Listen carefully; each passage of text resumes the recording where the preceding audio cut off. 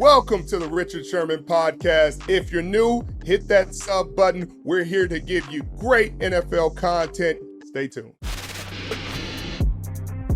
Welcome back to the Richard Sherman podcast. We have an incredible guest today, Eugene Cyril Smith II.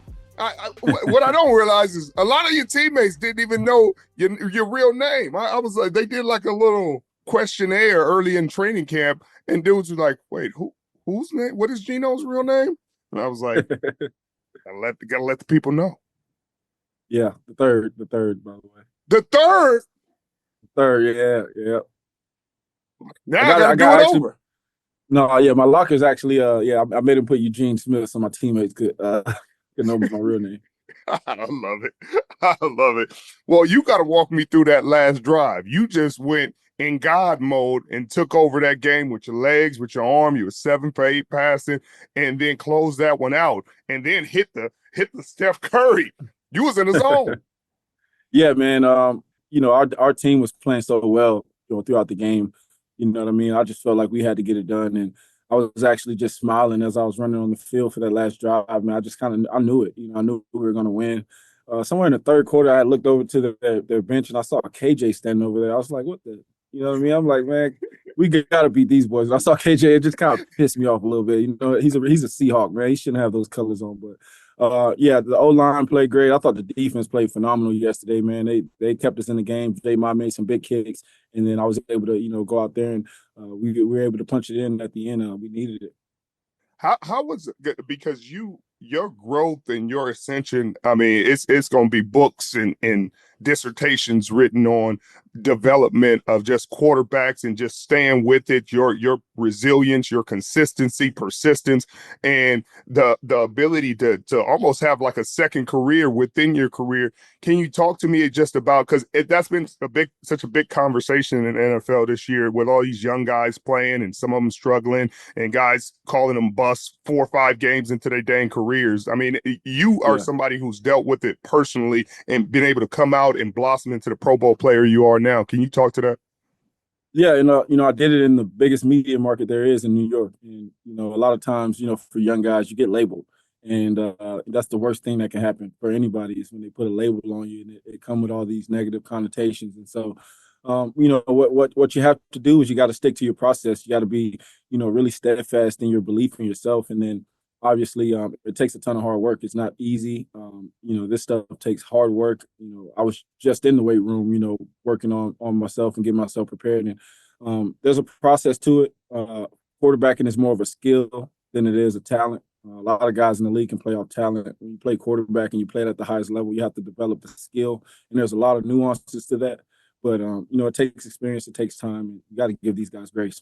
Greg Olsen, I think it was, on the broadcast, said you're one of the best arm talents and most accurate passers in the NFL. And you know what I mean? Not that his word means anything, but it just feels good to just hear somebody talk about what an immense talent you are, because everybody talks about the feel-good story like you're just some feel-good, no, this ain't no feel-good. This dude is a talented human being. That's why he's in the position. That's why he broke all those records in college. So talk about how good it feels to just see all the hard work culminate and your talent blossom and also be appreciated in Seattle. It means the world to me, and that's why I work as hard as I do. Just the organization having faith in me, Coach Carroll, having faith in me, John Snyder having faith in me, when not many people did. And for them to recognize the talent, for them to evaluate me and to see, hey, this guy can do it, and to put that trust in me. And then, obviously for all the fans and everybody like yourself to get behind me and just give me that confidence I needed. It makes me feel great. And then, Greg's my guy, man. He and I had a hell of a day. He'll tell this story for the rest of his life, but we had a day in practice where we went off, man. I was on a scout team quarterback and he was playing a scout team tight end, and he might have had like 200 yards that day. And, that's why he always tells that story. And, I believe in myself. I believe in my arm talent. I believe in my accuracy. I think that's showing on the tape, but most importantly, man, just the opportunity is what matters to me. I mean, you could show a highlight reel of some of the posts that you've thrown, and I mean, just dimes, drops in a bucket. I mean, go routes, and to a new emerging talent. Obviously, everybody knows how talented JSN is and was. You know, that's why they drafted him so high. But he, in the last few weeks, it just seems like you guys' connection has really, really solidified. You know, DK being out probably helped. You know, you had to rely on him a little bit more, but he's been really consistent. Yeah, he's blossoming. He's coming into his own right now, and you know, the best thing about him is how tough he is, man. Like, to play in that slot, you know, you got to go up against linebackers, you got safeties guarding you, sometimes corners, and you got to be tough, man. You're gonna probably, you know, take a couple hits here and there, and got to keep getting up. And I think just his fight overall, just the way that he fights throughout the game, he's a smart player. He's talented, and shoot, we got so many great guys, man. Even I feel like T. Lock, man, just, you know, how legendary he is. It always like just goes under the radar, but like just all the things that Lockett has done from his career here and who he is now, man, it makes Jackson's job that much easier. Yeah, I mean, T-Lock is just funny because he talks about being an old man, and I just remember his rookie year when we drafted him and him coming in, and, you know, he had maybe 3 moves, 3 releases to his name, and I used to just be like, hey, we got to work on this. We got to work on this, or you ain't going to be able. And I always told him, I was like, look, dealing with me is going to be a lot harder than everybody else you deal with. I know you're going to be like my little brother. I study every move you make. I watch your film religiously because I got to make sure you never beat me. These other dudes ain't going to be able to do you like this. Yes, sir. And that stuff paying off. That paid off for him, man. He always speaks about you and Doug and just how y'all you know, we're big brothers to him, and you know that's why he's the guy he is, man. Great leadership. Yeah, he's an all-time great. And then DK. I mean, did you see that picture they posted on Twitter? Which one? I didn't see it. I said, why is it all of you 3? I think the Seahawks might have tweeted it, and then it was like, we solemnly swear that we are up to no good, and it was Lockett, DK, and JSC. I said, y'all boys is sick, but I love it. Yeah. I love it, man. DK, man, like just coming back after the injury and then playing the way he played, man, like you could tell, man, they don't want to guard him out there, man. He's such a physical specimen, man. Guys are out there scared of him. Yeah, he's an alien. And he mean. Yeah. And he mean. Yeah, I played against him when he was a rook, and he tried to bully ball me. I said, hey, I'm a grown man now, DK now. Like, but I like the spirit. Yeah. Talk about his attitude, because I don't really like how people talk about him. You know what I mean? Because he gets frustrated and he goes on his stuff. But I think it's just like Dez used to be. You know what I mean? Some guys just care. They want to win. They want to win more than anything. He's not like, oh, I'm being selfish, give me the ball. It's like, I want to win. Yeah. And that's who he is, man. Like, he's a competitor. You got to think, man, his dad was offensive lineman. So all that stuff, that bully ball, that's in him. Like, he was bred that way. And, yeah, he wants to win so badly. He does all the little things. Like, people don't realize how hard this man works and just the hours that he puts in, and to come back from that injury, you know, in 2 weeks and to go out and play the way that he did, man, like that takes a special player and a special person. And he's a leader, you know what I'm saying, in this locker room. Like, he's always saying the right things and doing the right things. And that's why he is, in my opinion, top 5 or one of the best receivers in the game. The NFL season is rolling along, and contenders are starting to separate themselves from the pack. The one thing that hasn't changed this NFL season, DraftKings Sportsbook, an official sports betting partner of the NFL, is the #1 place to bet touchdowns. Fade to the corner of the end zone, running back breaks through the line and gallops 60 yards for a score. We don't care how they get them. We just want to bet on touchdowns, and DraftKings is the best place to do it. Ready to place your first bet? Try betting on something simple, like a player scoring a touchdown. Go to DraftKings Sportsbook app and make your pick. Here's a reason for new customers to do a touchdown dance of their own. Bet $5 and get $200 in bonus bets instantly. Score big with DraftKings Sportsbook, the #1 place to bet touchdowns. Download the DraftKings Sportsbook app and use code Richard. That's code Richard for new customers to get $200 in bonus bets when you bet just $5. Only on DraftKings. The crown is yours.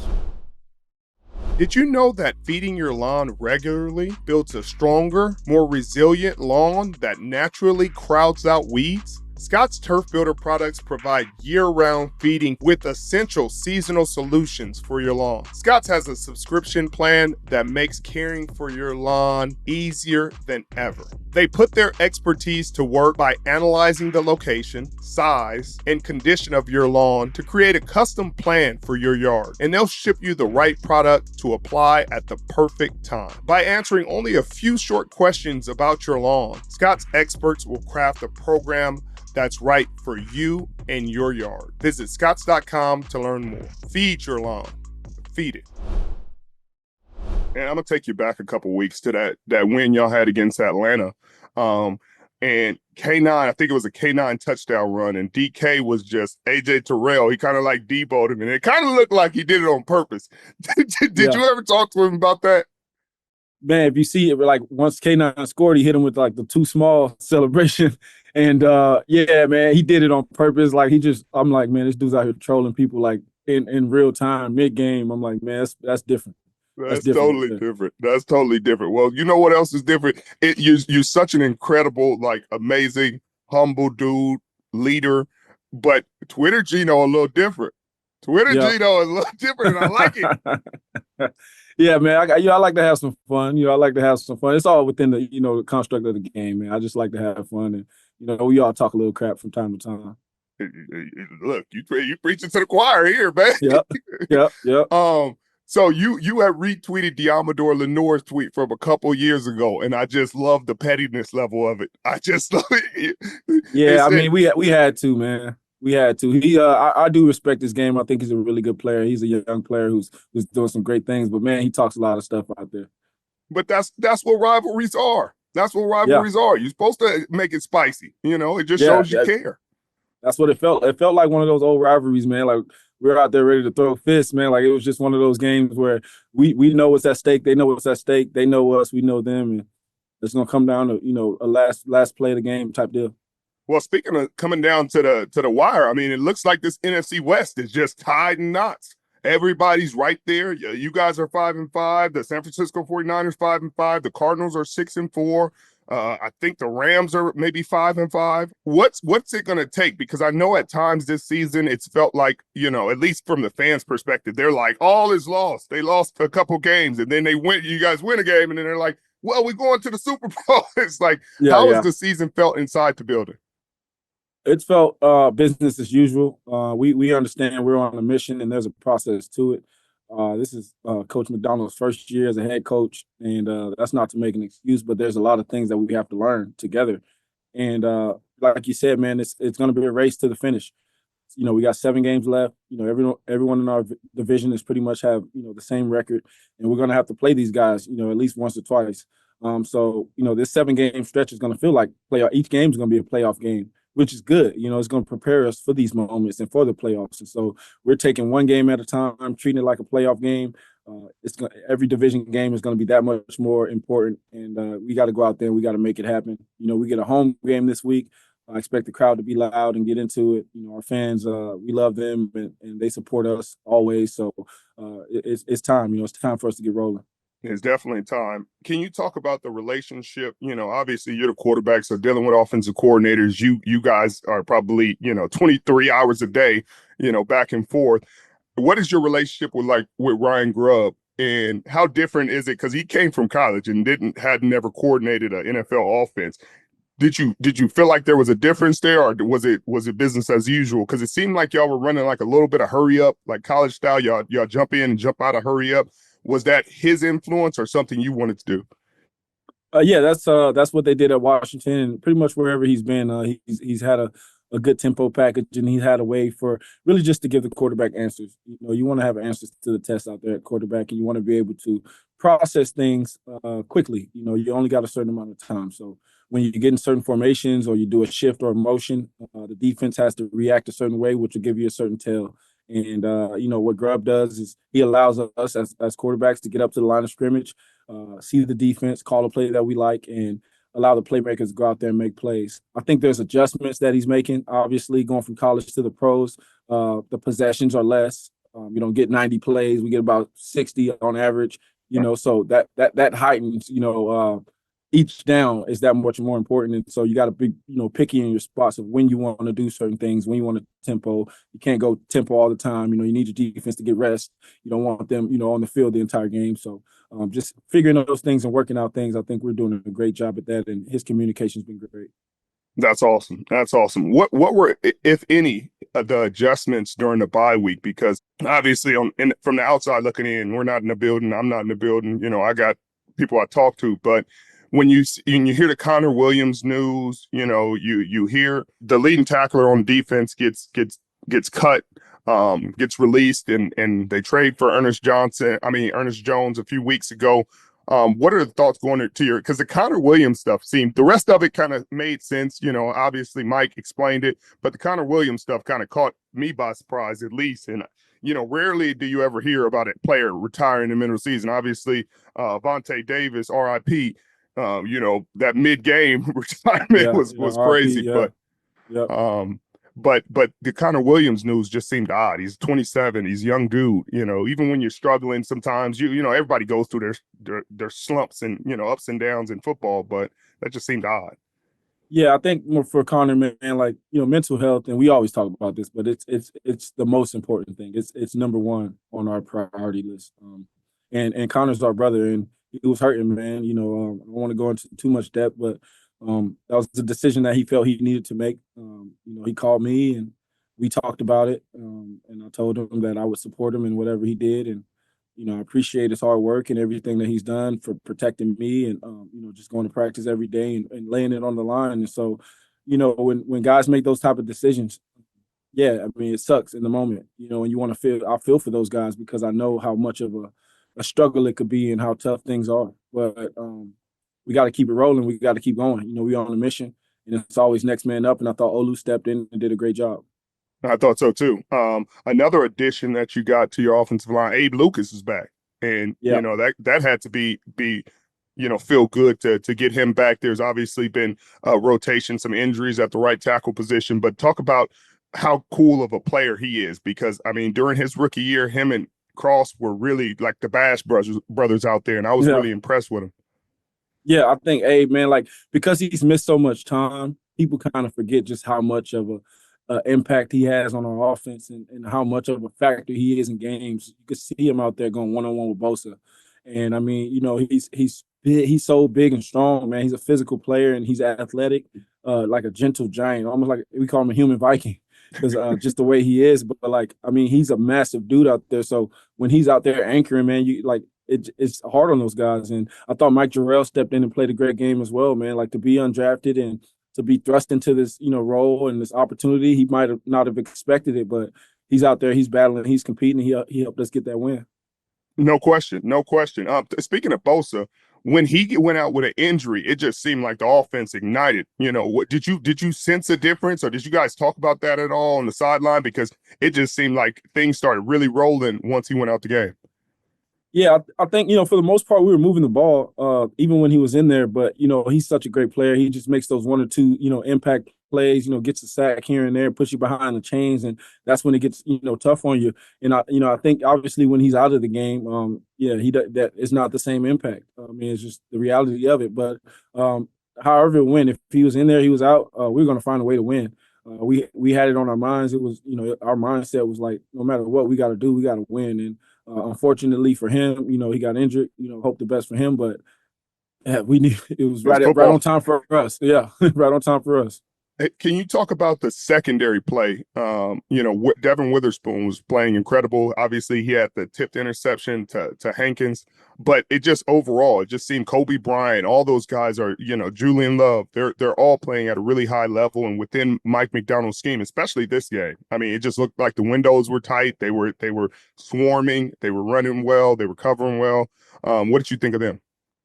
Man, I thought the defense played phenomenal. I thought the secondary was outstanding, man. I know they held Debo in check.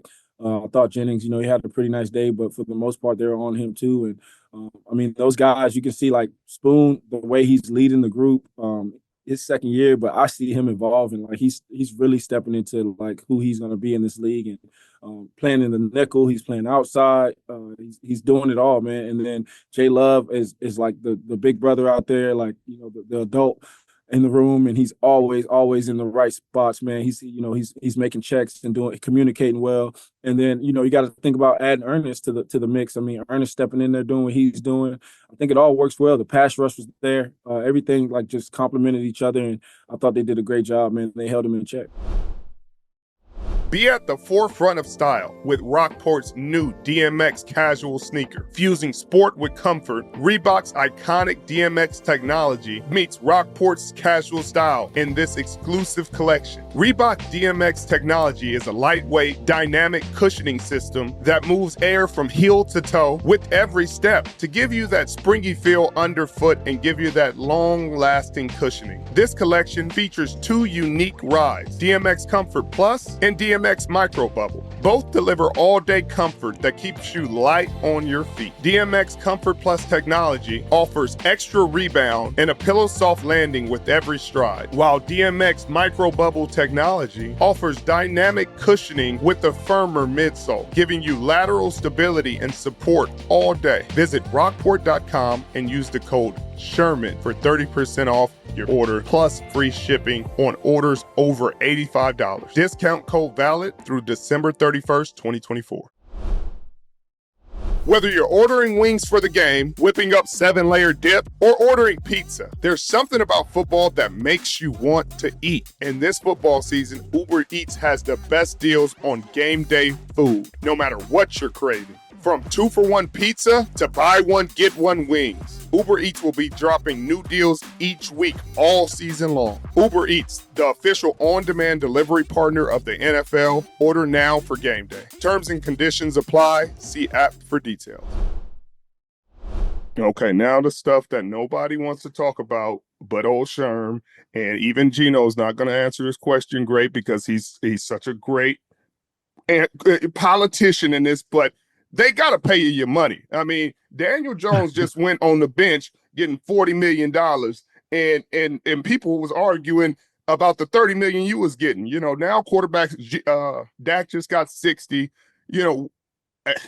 I don't even know why I'm wasting my time asking this question because I know what you're going to say. There you go. Hey, Sherman, man, you know how this is. I mean, you got to earn it, man. Like everything I ever got in my life, I earned, and I'm okay with earning whatever God has for me, man. I'm willing to go earn it. And so, how do I feel about myself? Yeah, I feel like I'm up there with the top 2 quarterbacks. My numbers speak for me. My film says it too. But the main thing I'm trying to do is win these next 7 games. I could, after that, we'll figure everything else out. Wherever I'll be playing football until I'm 40. So I'm not retiring after next year. So I'll be playing. I'll keep getting better. And I love Seattle, but we got to win these next 7 games. Well, I'm gonna speak for you, Geno. It's Seattle. Pay the man his money, so he can be here for the foreseeable future. You're not getting no high draft pick while he's here because he's playing too well. So you might as well appreciate him while he's here. Pay him his money so he can continue to lead these men. They respect him. They love him. He's doing an amazing job. Pay him his money, and then maybe get him an offensive lineman or 2 in the draft. But that's a story for a different day. I'm just here. Hey, I gotta get you. You about to be my agent, man. We gotta talk after this, man. We gotta figure that out. I'm happy to be your spokesman, man. I'm happy to be your spokesman. Yes, sir. What else are you doing outside of football? Let's talk about the outside life of whether it's investments, whether your hobbies, because people think we're just football players, and after that, we just turn our lives off and we just reset back on and go play football, and then we turn everything off. But that's not how it works. Yeah, I mean, I'm very active in my community back home in South Florida, in Miami, Florida. I lend a lot of my time to the youth, to the kids. My mom, she has a foundation, and it's called Parents Without Partners, where she helps single parents and new mothers and stuff like that. Just kind of get on their feet. She helps them with job applications and such. And for me, man, I'm a big brother. I'm the oldest in my family, and so just taking care of my family is like my main thing. Is my community is like the biggest thing for me, and just being active and being present. Back home as well as here in Seattle. We got a Thanksgiving drive coming up soon. Christmas drive. We'll be at Seattle Children's. And then, my free time, man, I'm hanging out with my son, hanging out with the boys, hooping, doing regular old 30-year-old man stuff, just, living life, man. We living the dream. I love it. Are you going, after you done at age 45, are you going to coach your son?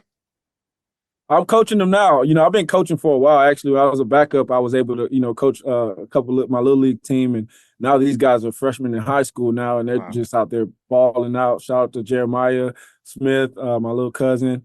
All those guys, man. JoJo out down at UM, Chance down at UM. CJ Bailey, freshman quarterback at NC State. We got we got Darius Gauss, freshman running back, North Carolina. We got a program. Hey, bring them down there now. We got a program, man. But yeah, I'll be coaching, man. I'll be coaching. I love this game, and I'll be in it for the rest of my life.